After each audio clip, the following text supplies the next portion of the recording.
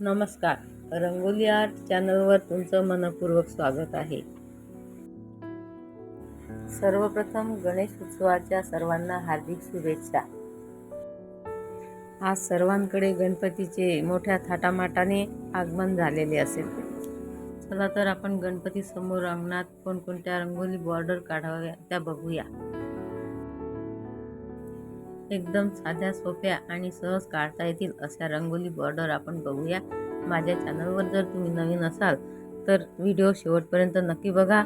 आवडल्यास like, share, comments करायला विसरू नका.